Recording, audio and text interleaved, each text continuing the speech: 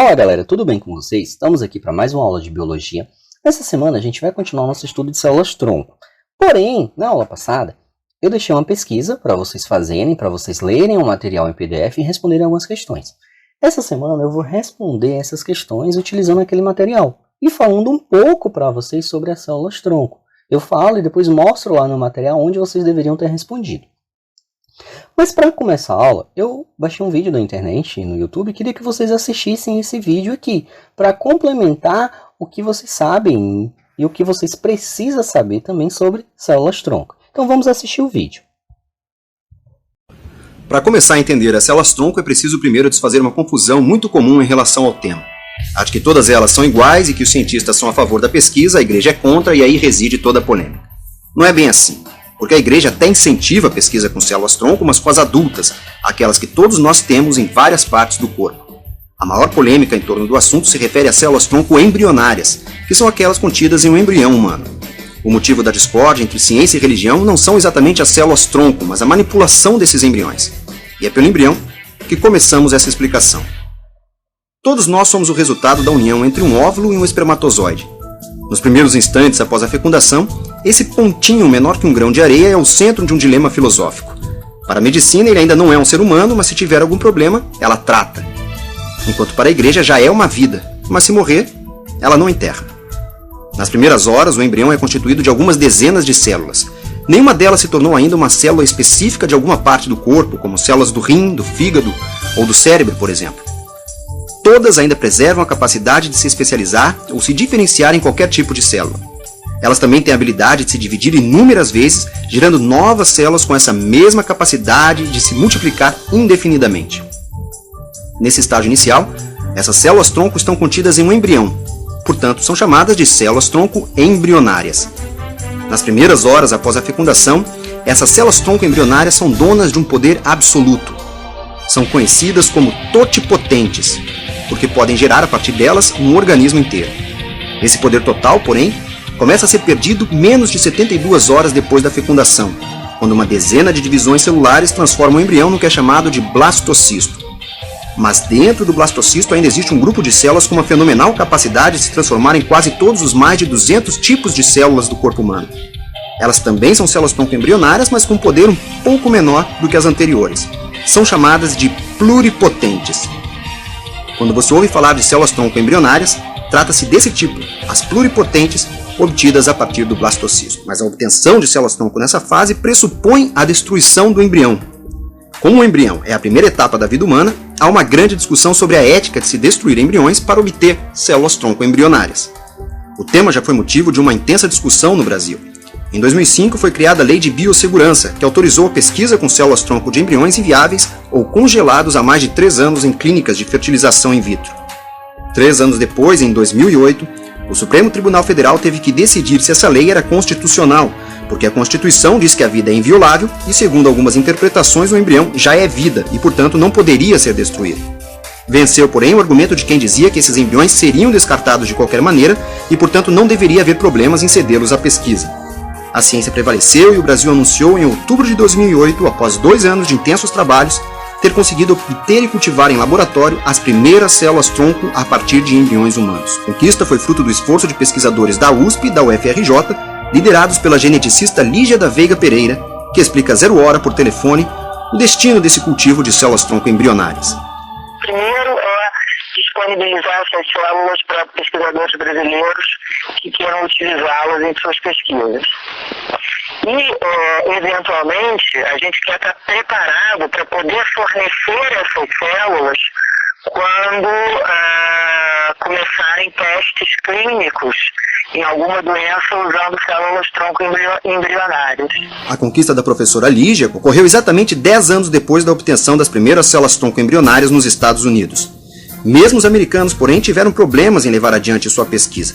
Só com o atual presidente, Barack Obama, as regras foram revistas e o governo autorizou verbas públicas para a pesquisa com células-tronco embrionárias, que antes dependia apenas do investimento privado.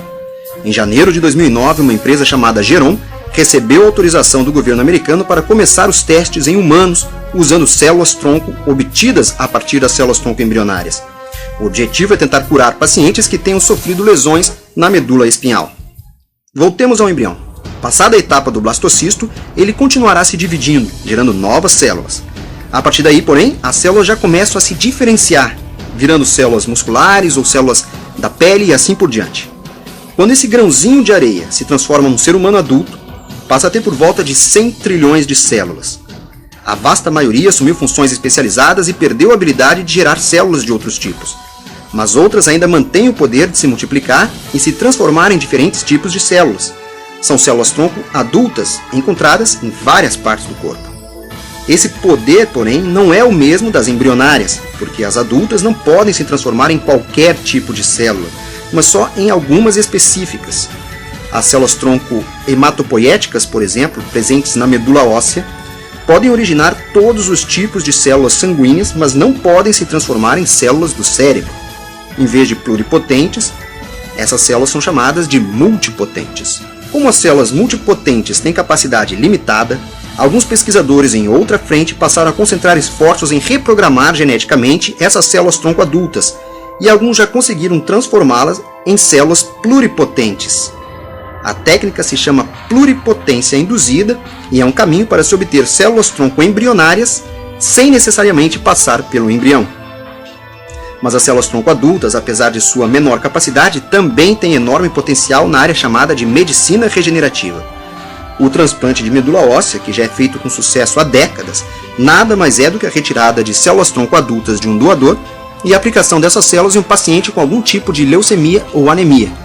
O que a ciência tenta fazer hoje, ainda em fase experimental, é aplicar células-tronco adultas, tanto da medula óssea quanto de outros locais do corpo, para tratar outras doenças que não só as relacionadas a anemias ou leucemias.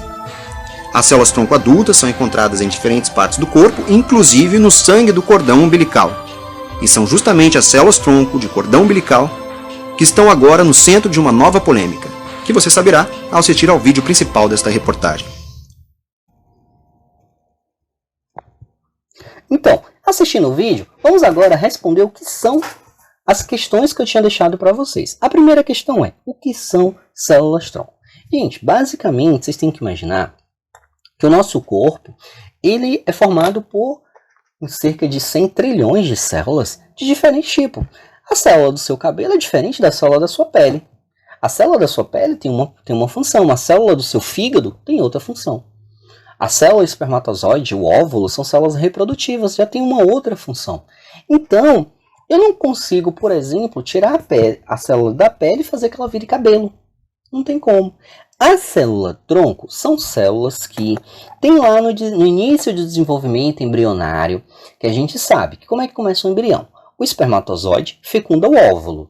Fecundando esse óvulo, a gente começa o quê? Que esse óvulo, que é chamado de zigoto, ele começa a ter diversas divisões. Vai dividindo em 2, em 4, em 8, 16. E essas células aí é que vai originar todo o corpo do bebezinho, do ser vivo ali. Bora trabalhar sempre em corpo de seres humanos. Todo o corpo do bebezinho vai ser desenvolvido a partir daquelas células-tronco, daquelas células iniciais. Então, aquelas células iniciais, ela tem o poder de se transformar em qualquer outra célula. Então, células-tronco são isso. São células que podem se transformar em qualquer outra célula. Ela pode se transformar em célula do cabelo, em célula do osso, em célula do coração, formar um coração, formar um pulmão, entendeu? Então, células-tronco é isso. São células que têm a capacidade de se transformar em qualquer outra célula. E aí a gente vai ver os tipos diferentes. Tem algumas que têm a capacidade de se transformar apenas em determinadas células daquele sistema. Mas a gente vai estudar isso daqui com calma. Lá no texto que eu deixei, qual seria a resposta para essa primeira questão? A resposta seria: uma célula-tronco, em inglês still cell, é, portanto, uma célula não especializada. Quando eu falo que ela não é especializada, é porque ela ainda não se transformou em uma célula de um determinado sistema. Ela é uma célula, mas ainda não faz parte do coração, por exemplo. Não é uma célula cardíaca. Então, é uma célula não especializada, ou seja, que ainda não se diferenciou em nenhum tipo celular específico. Nesse sentido, o termo tronco, ou haste, que é o significado da palavra stem na língua inglesa, é muito adequado. Imagine uma árvore, na qual o tronco principal, único, se ramifica em vários galhos, e cada galho em outros ainda mais delgados, mais finos. e assim por diante até chegarmos às folhas. Essa árvore representaria então o desenvolvimento embrionário de um animal, desde o zigoto até a efetiva formação de todos os diferentes tipos celulares presentes no corpo adulto. Então foi o que eu falei, a célula-tronco é aquela célula que ainda não se especializou e que a partir dela eu posso formar qualquer outra célula do corpo do ser humano, do corpo do indivíduo. Cite 3 características das células-tronco. Quais são as 3 características que eu poderia citar? Eu poderia citar que a célula-tronco ela se autorrenova, ou seja, ela tende a formar cópias idênticas dela mesma através de um processo chamado de mitose, que é quando uma célula se divide em 2 novas células exatamente iguais. Então, uma característica da célula-tronco é a autorrenovação, então ela sempre vai ter uma quantidade para formar aquele tecido. A outra característica é a proliferação, que é garantir essa quantidade adequada.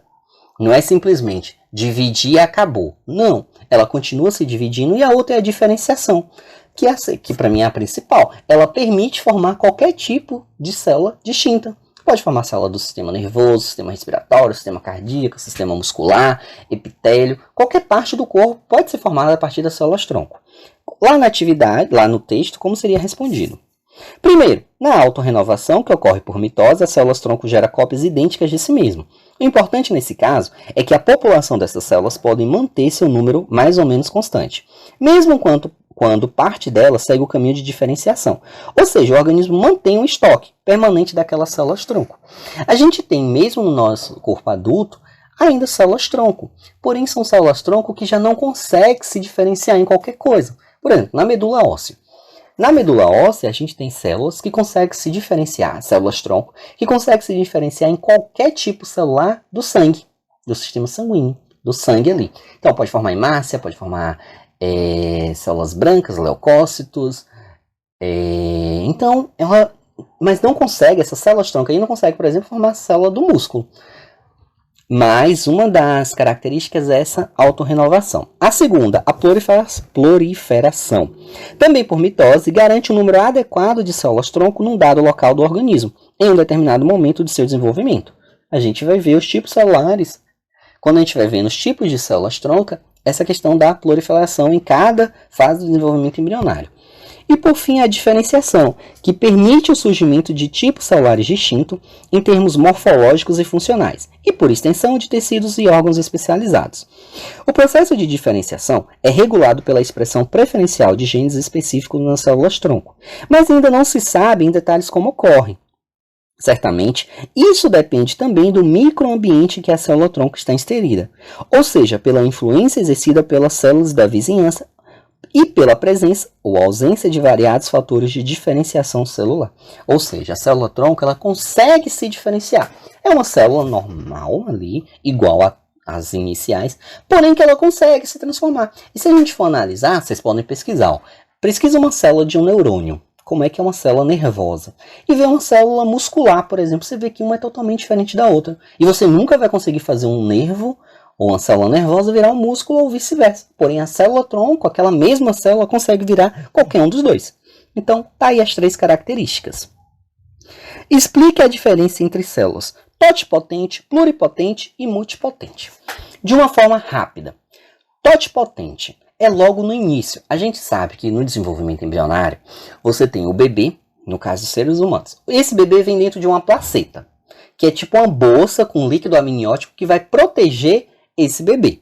Então, nas células totipotentes são as células mais tops, vamos dizer assim, que é aquela célula que consegue formar qualquer parte, tanto da placenta como do embrião. Qualquer parte, ela consegue se transformar em qualquer uma daquelas células formadas ali. Já na pluripotente, não. A pluripotente ela já não consegue mais formar o sistema de proteção, o sistema ali placentário, apenas o indivíduo. E as multipotentes são aquelas que conseguem se transformar em apenas células de um determinado grupo. Por exemplo, as células da medula óssea. Ela só consegue transformar em células do sangue e não em outras. Então aqui, eu tenho primeiro a divisão celular, de 2 células, depois 4 células, 8 células, até formar uma estrutura embrionária chamada de mórula. Depois essa mórula, ela começa a abrir uma cavidade chamada de e essa cavidade, quando ela tem essa cavidade, ela começa a se chamar blastócito. E aí eu vou ter o quê? Deixa eu desenhar aqui para vocês. Nesse estágio de mórula, ele consegue se transformar em qualquer tipo celular ali daquele embrião, ou da placenta, ou do próprio embriãozinho. Então essa daqui seria a célula totipotente. Já nessa parte aqui de blastócitos, essas células que estão em azul vai formar o que? O sistema placentário. E essas células aqui que estão em cremezinho aí, vai formar um embrião. Então aqui são células embrionárias diferentes. Você não pode falar agora que essas células aqui, amarelinhas, cremezinhas aqui, que são do embrião, vai formar um sistema placentário, porque já não consegue mais. Então nessa fase aqui, elas já são o quê? Pluripotentes. E multipotentes é quando mais à frente ela já não conseguir mais transformar em qualquer um, apenas em algumas especializadas. Lá, segundo o PDF, como seria a resposta?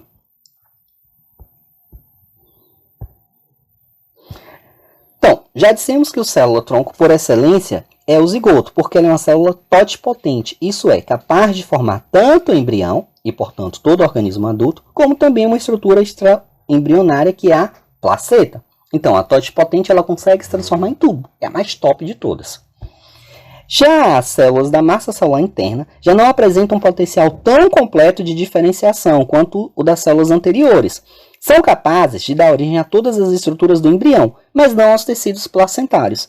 Essas células são então consideradas células pluripotentes, ou seja, elas só vai dar origem apenas ao embrião, já não consegue mais aos tecidos placentários, que são aquelas células cremezinhas da imagem anterior. E por fim, à medida que o embrião se desenvolve, as células que o compõem mostram um potencial para diferenciação cada vez menor. Passamos então de células pluripotentes para células multipotentes, isto é, capazes de dar origem a um número menor de células especializadas, e destas depois para células progenitoras ou precursoras. Aí eu já tenho o que? Células menos especializadas, elas já não conseguem se transformar em qualquer parte do organismo. Daí a resposta dessa questão. O que pode ser feito com células-tronco? Gente, muitos estudos têm sido feitos com células-tronco, mas uma das grandes premissas que tem é combater principalmente doenças congênitas, doenças que não têm assim um tratamento. Porque o nosso corpo, se por exemplo, as células da pele, ela tem um processo de reversão muito rápido. Se você corta o seu corpo em alguma parte, você vai ver que depois de um tempo o corpo vai cicatrizar. Isso é um processo de regeneração, porém tem células que não se regeneram.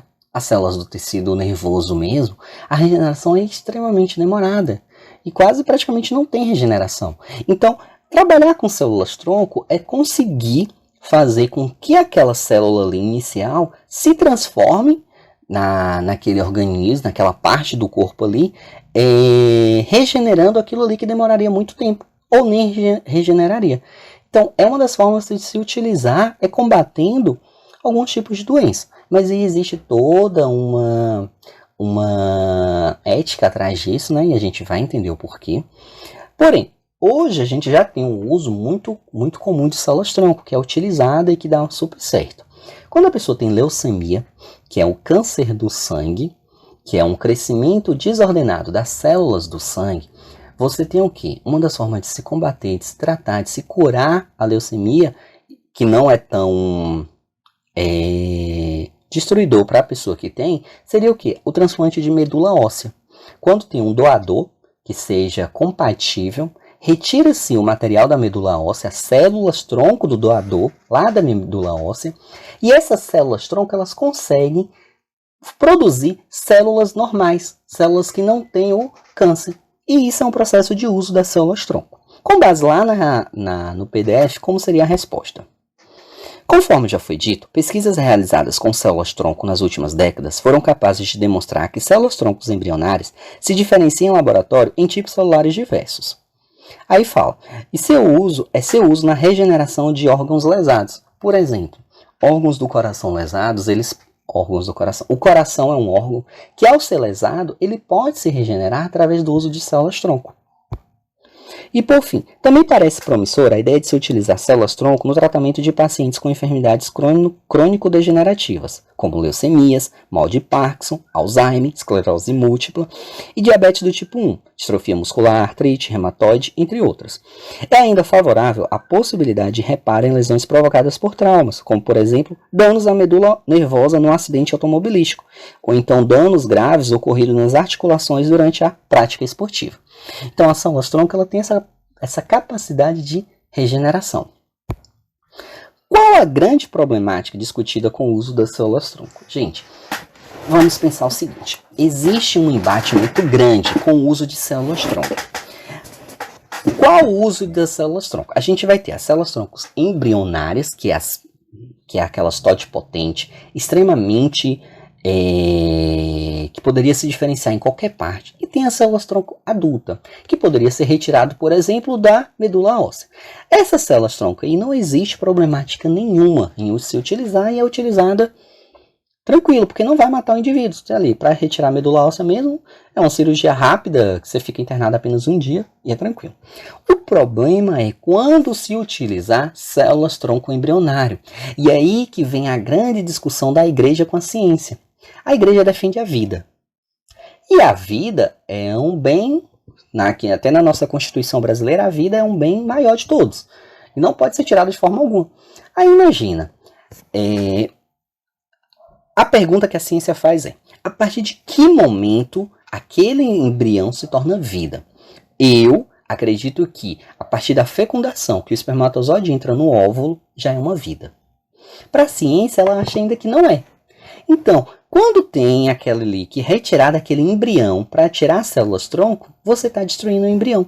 Automaticamente, no meu modo de ver, você está destruindo a vida. E é isso que a igreja não aceita. E aí é uma discussão muito forte sobre o uso dessas células-tronco. Então, não é o uso de qualquer célula-tronco. O problema é usar as células-troncos do embrião. Porque para retirar o embrião, você vai matar esse embrião. Não tem como você tirar a parte das células. Então, você está matando o embrião. Aquele embrião daria origem a uma vida. Então, você está matando uma vida para salvar outra. Então, aí, essa embate é grande. No Brasil, a gente já teve essa discussão.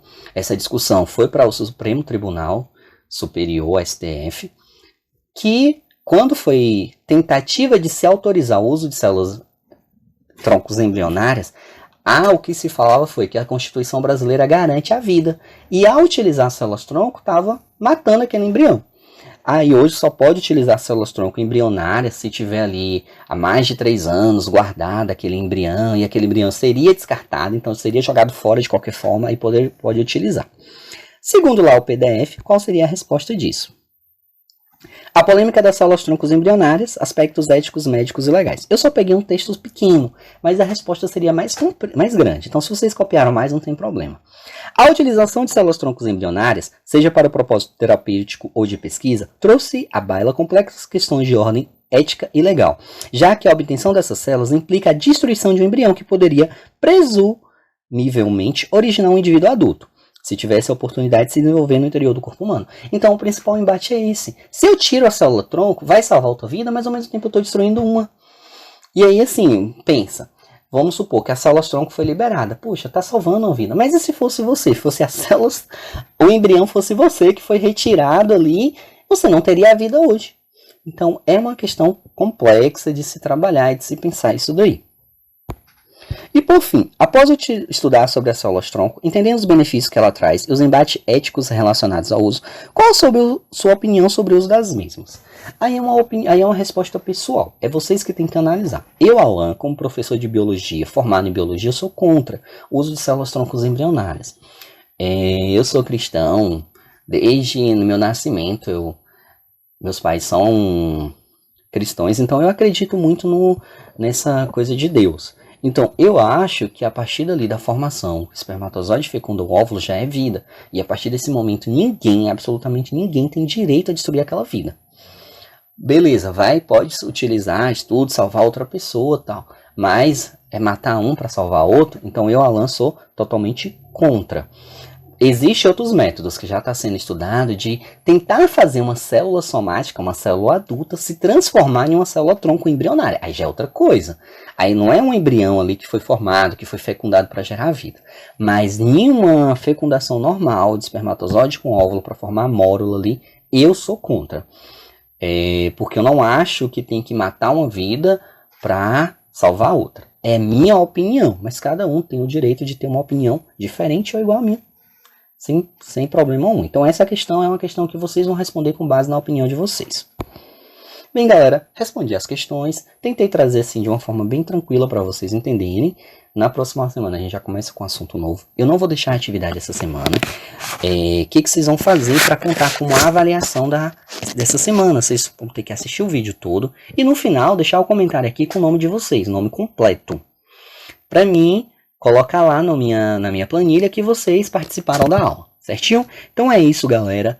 Por favor, não fique falando pro colega de vocês, não precisa nem assistir o vídeo, é só botar o nome não. Porque quando a gente voltar às aulas presenciais, eu vou cobrar esse assunto. E é muito importante até para debates na vida de vocês, para vocês entenderem, se alguém perguntar qual a opinião de vocês sobre células-tronco. Tá bom? É isso aí, galera. Semana que vem a gente já volta com conteúdos normais, que tem lá no livro didático. Valeu, galera. Grande abraço, Deus abençoe vocês.